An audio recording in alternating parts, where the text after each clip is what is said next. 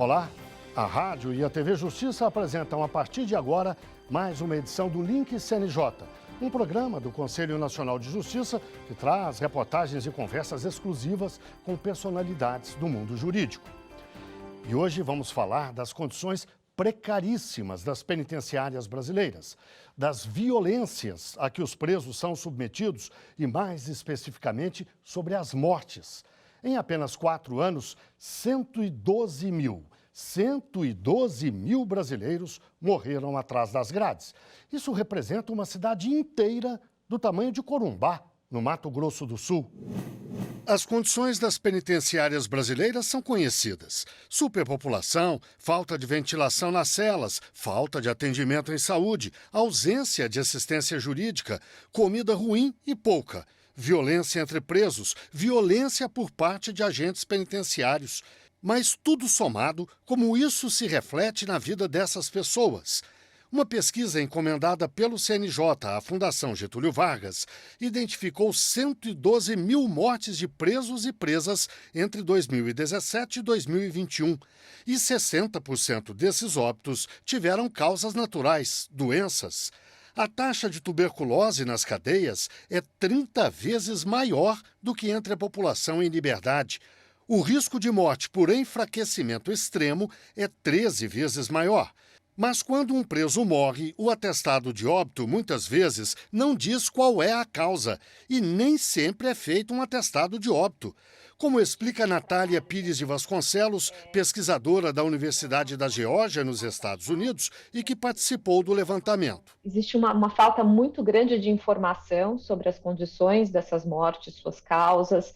Existe uma falta muito grande de informação dentro das próprias, dos próprios estados e dos próprios sistemas de justiça estaduais como um todo. Uma falta de comunicação adequada entre as secretarias de administração penitenciária e o sistema de justiça sobre essas mortes e também sobre as vidas dessas pessoas que morreram, né? Segundo o estudo da Fundação Getúlio Vargas, além de informação, falta também responsabilização. A investigação das mortes primeiro precisa ser feita. Depois, não pode ficar apenas nas mãos de quem lida diretamente com o preso.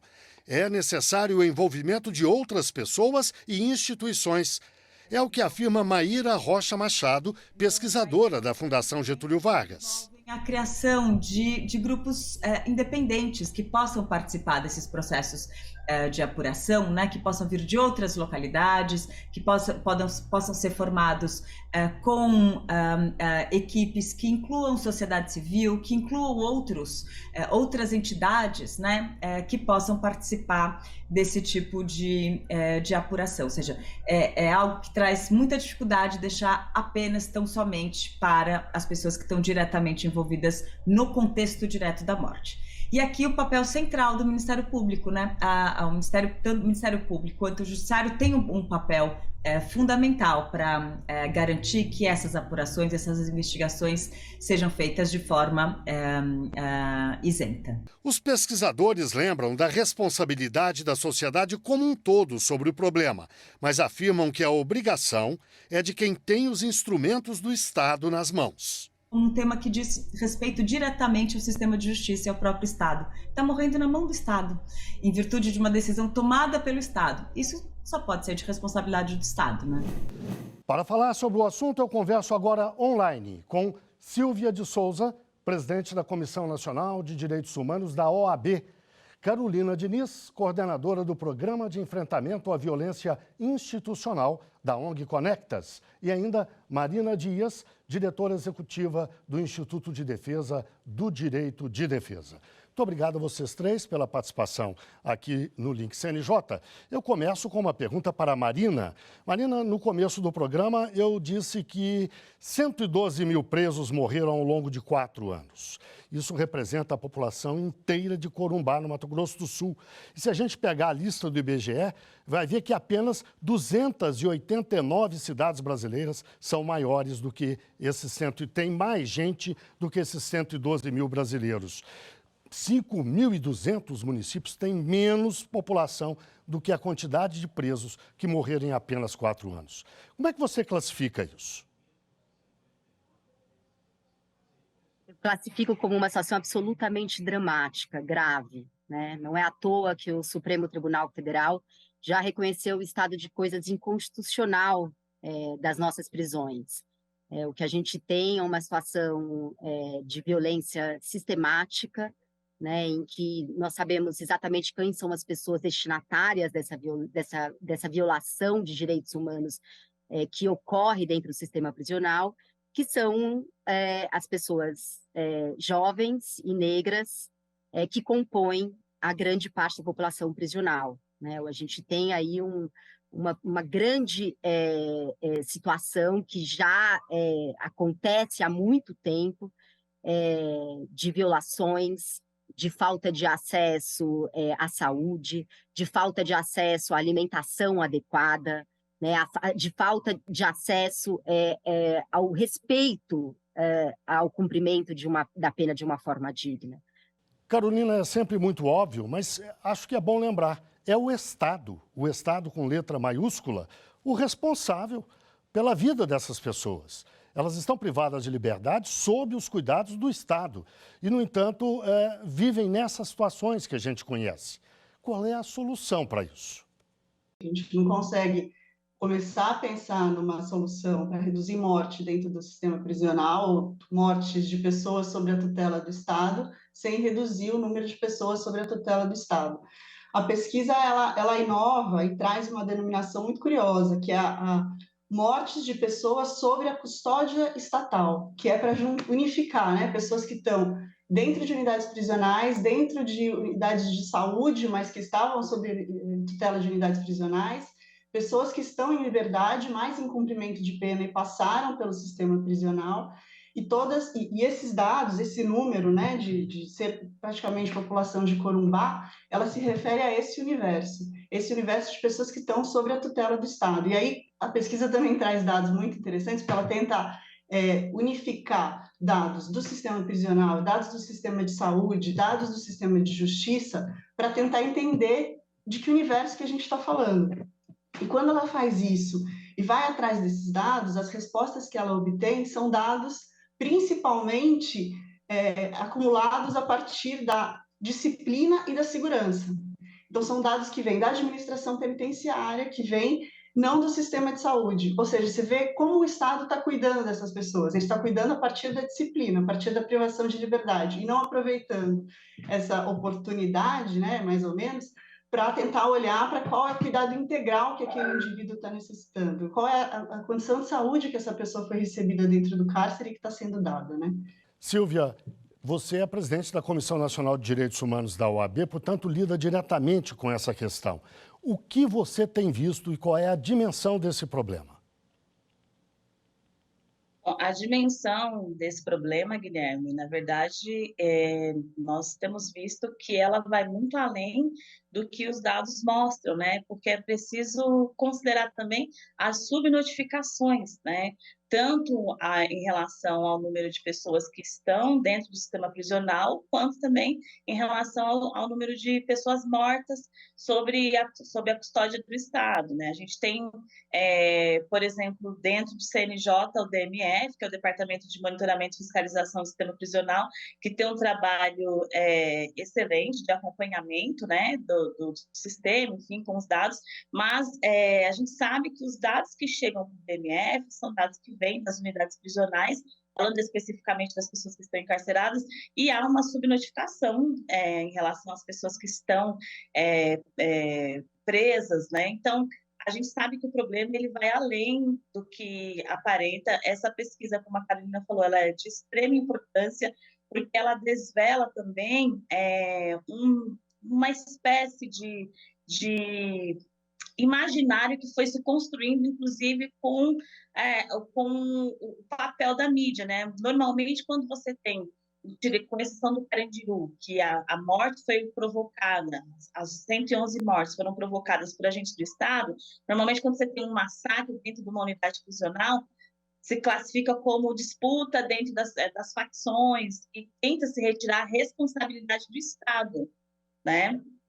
E a pesquisa, ela demonstra e traz de forma muito, muito séria e devolve, né, ou melhor, demonstra de forma clara que a responsabilidade do Estado nessas mortes. E é importante também falar que essas mortes não acontecem só em decorrência, ou não é a maioria em decorrência de disputa dentro do sistema, mas por falta de acesso à saúde, falta, precarização. Às vezes a gente encontra, né, e não é incomum, unidades prisionais onde você não tem entrada e saída de ar. As pessoas morrem por falta enfim, de entrada e saída de ar, ou por falta de acesso a um banheiro, um vaso sanitário decente, enfim.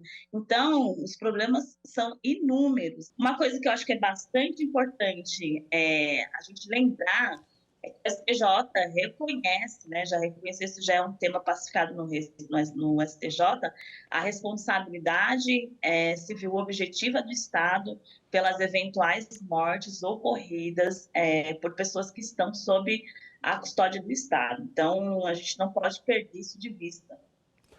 Marina, a Silvia acaba de falar sobre essa decisão do STJ. Há também um pronunciamento do STF, do Supremo Tribunal Federal, sobre o assunto já há algum tempo, em que ele classifica a situação como estado de coisas inconstitucional.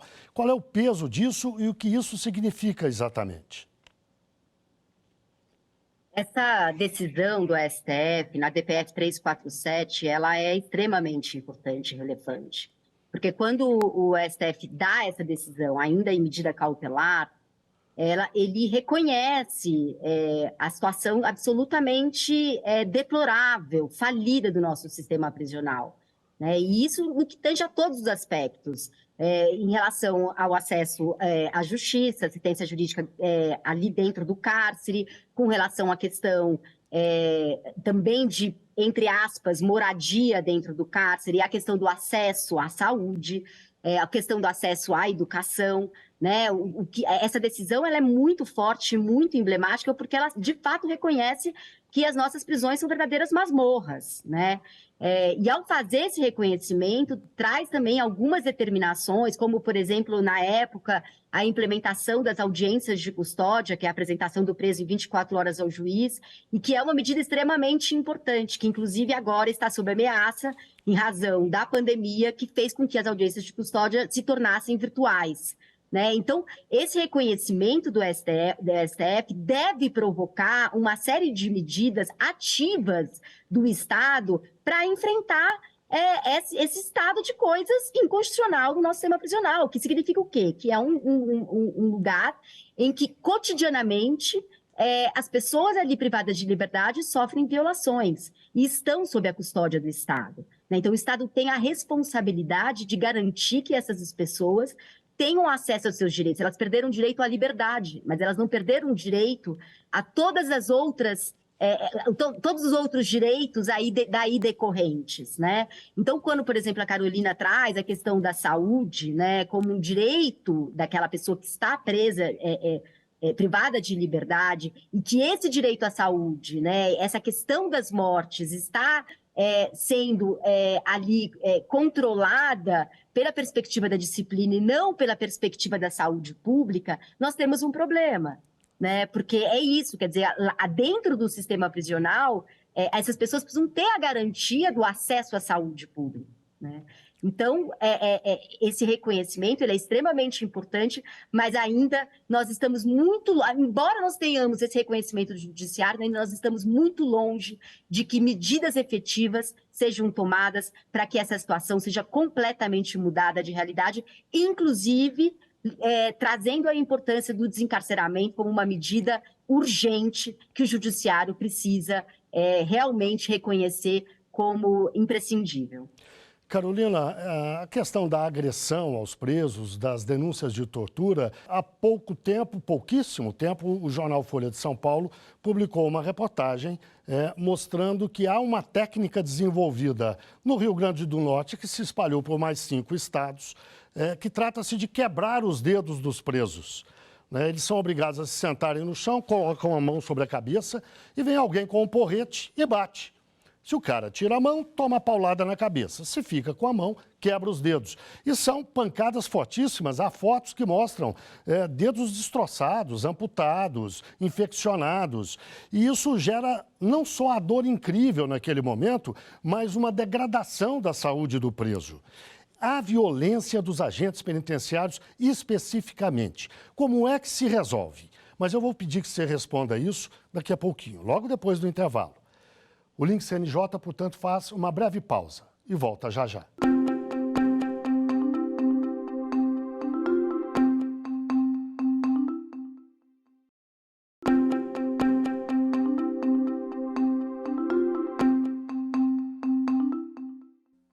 O Link CNJ está de volta, transmitido pela rádio e pela TV Justiça. E hoje falamos das doenças, da violência, das mortes nas penitenciárias brasileiras. As nossas convidadas são Silvia de Souza, presidente da Comissão Nacional de Direitos Humanos da OAB, Carolina Diniz, coordenadora do Programa de Enfrentamento à Violência Institucional da ONG Conectas, e também Marina Dias, diretora executiva do Instituto de Defesa do Direito de Defesa. Carolina, no bloco anterior eu deixei uma questão no ar para você abordar agora. Eu contei sobre uma reportagem do jornal Folha de São Paulo que mostra a criação, digamos assim, de uma técnica nova para a tortura de presos no norte do país. Nasceu no Rio Grande do Norte, se espalhou por pelo menos, até onde se sabe, por mais 5 estados, 4 ou 5.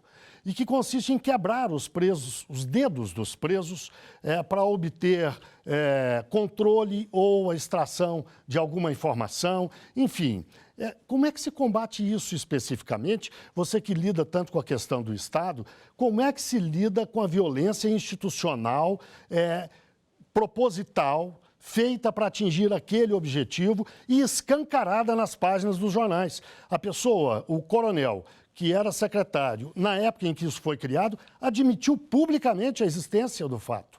Como é que se combate isso? A pesquisa ela traz uma frase muito interessante, que é: morre-se muito, sabe-se pouco, registra-se nada, não se responsabiliza e não se repara. E do mesmo acontece com a tortura. A gente não registra nada, e essa foi uma das principais recomendações que o Comitê de Combate à Tortura fez ao Estado brasileiro na última revisão que o Brasil passou na ONU, que é produção de informação, registro dos casos e sistematização desses dados. Da mesma forma da tortura, aplica-se para a violência letal. A gente precisa registrar esses dados, a gente precisa ter uma base de dados consolidados e saber o que está acontecendo. Precisa ser responsabilizado. Essa pesquisa de letalidade fala que em 78,5% quase dos casos não se tem nem notícia de que um processo de responsabilização pela morte foi instaurada. A Conectas fez algumas pesquisas, e DDD fez também, sobre tortura, violência e tortura policial, e o resultado é o mesmo.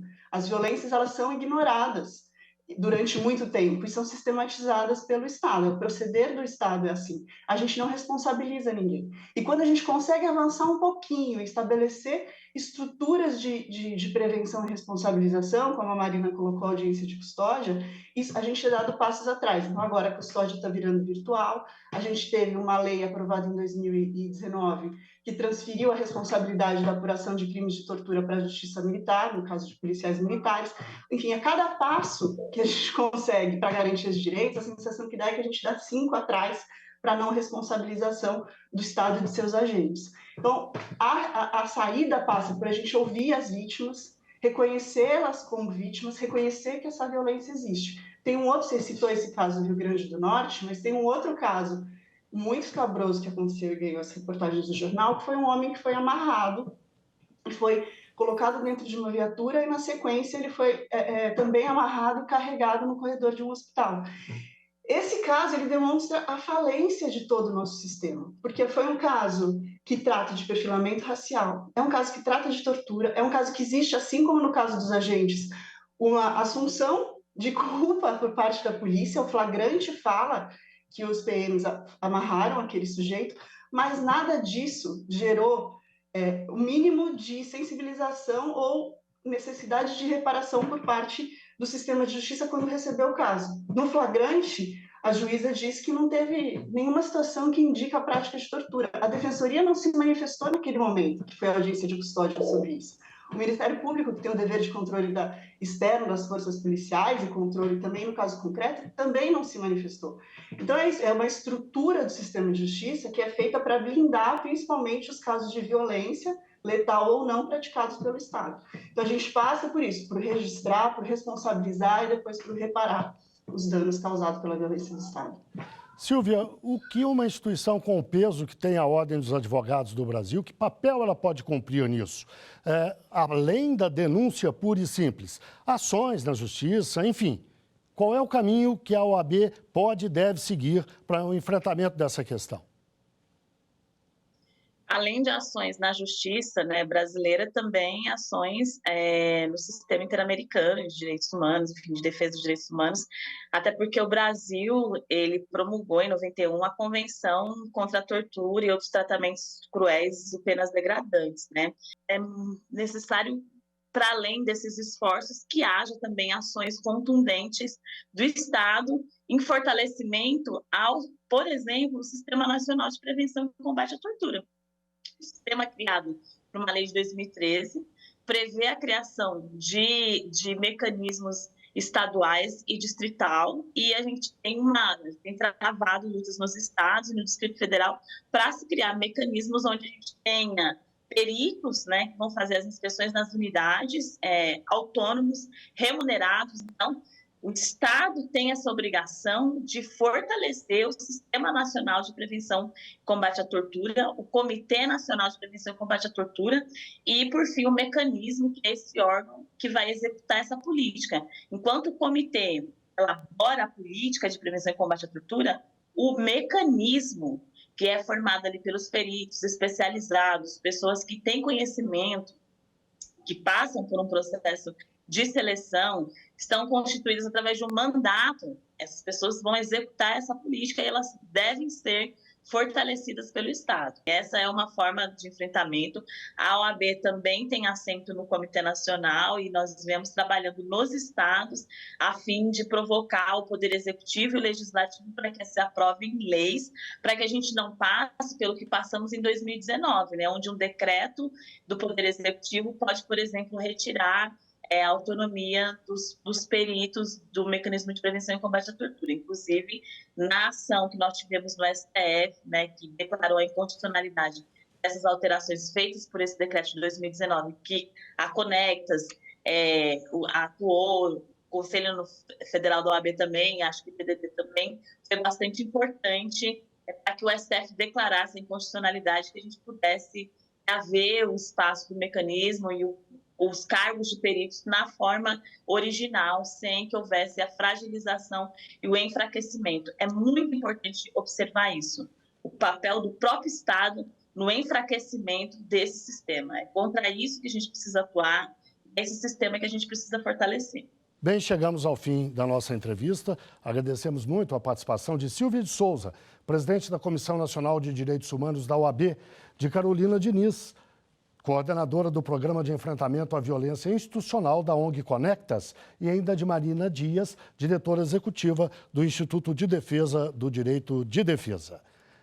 E agora o link CNJ da Notícias da Justiça. Vamos fazer um giro pelos estados e pelos tribunais do país.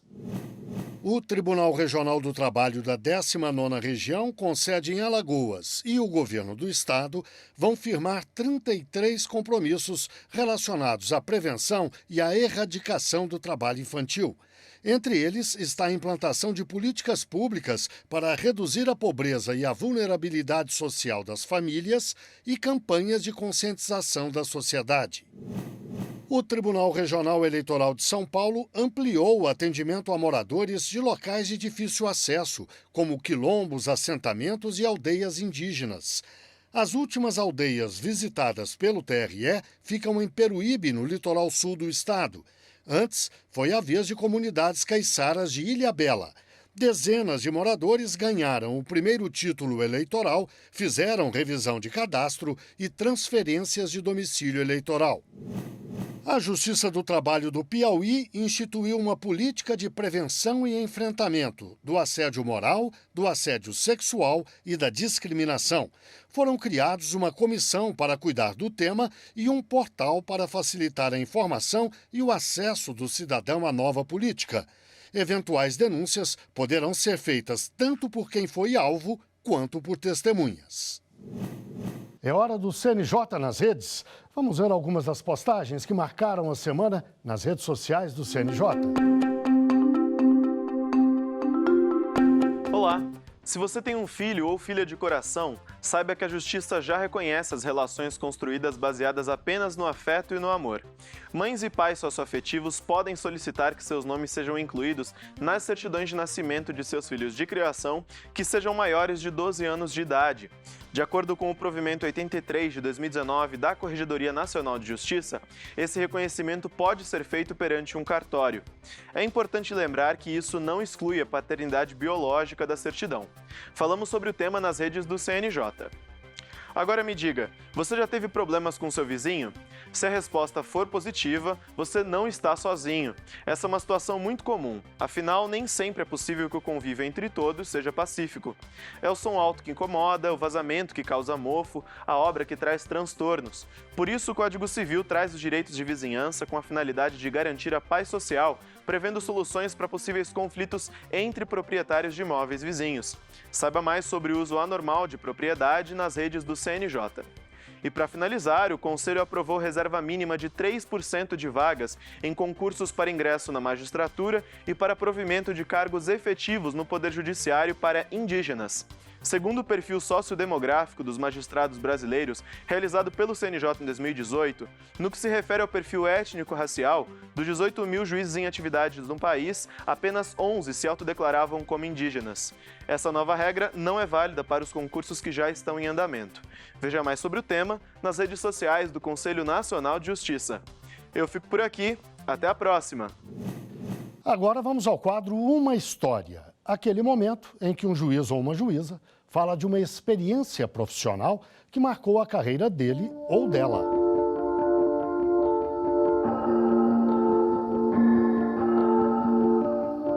Olá, meu nome é Vitor Marcelino Tavares da Silva, sou juiz de Direito no Tribunal de Justiça de Rondônia, atualmente auxiliando na Vara de Execuções Penais de Porto Velho.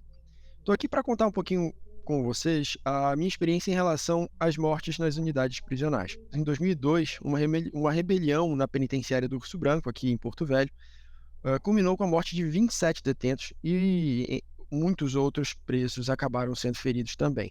A repercussão nacional e internacional foi absolutamente imensa, a ponto do Brasil ter sido denunciado na Corte Interamericana de Direitos Humanos, em processo que acarretou, inclusive, ao sancionamento e à aplicação de medidas provisórias em relação ao país. Isso exigiu de todos os poderes do Estado, e em compromisso também com o Poder Público Federal, uma mudança de postura na forma de administração das unidades prisionais, sobretudo alterando o foco da atuação estatal, de uma garantia de segurança para a garantia de direitos das pessoas que estão privadas de liberdade. E essa mudança de foco, ocorrida muitos anos atrás, hoje reflete-se na minha atuação pessoal e diária nas inspeções das varas de execuções penais. Como se sabe, as varas de execuções penais possuem a incumbência, a competência de inspecionar os estabelecimentos prisionais.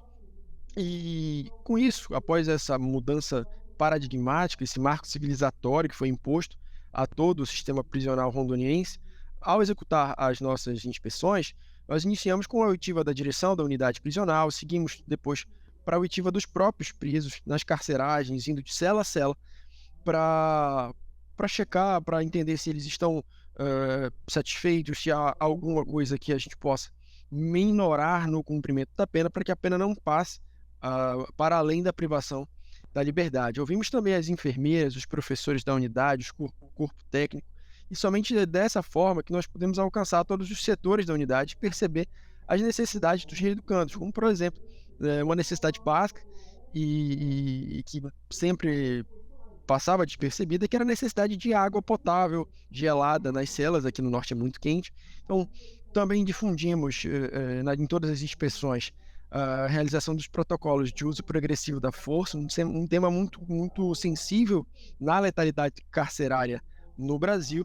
E é possível citar aqui um ponto interessante, que aconteceu um episódio com um apenado que teve um comportamento agressivo em relação à enfermeira e que normalmente isso seria resolvido com, na linguagem popular, tiro, porrada e bomba, e foi devidamente contornado pelos policiais penais com emprego moderado da força e sem gerar sequer lesões corporais, segundo o exame de corpo de delito realizado junto ao apenado.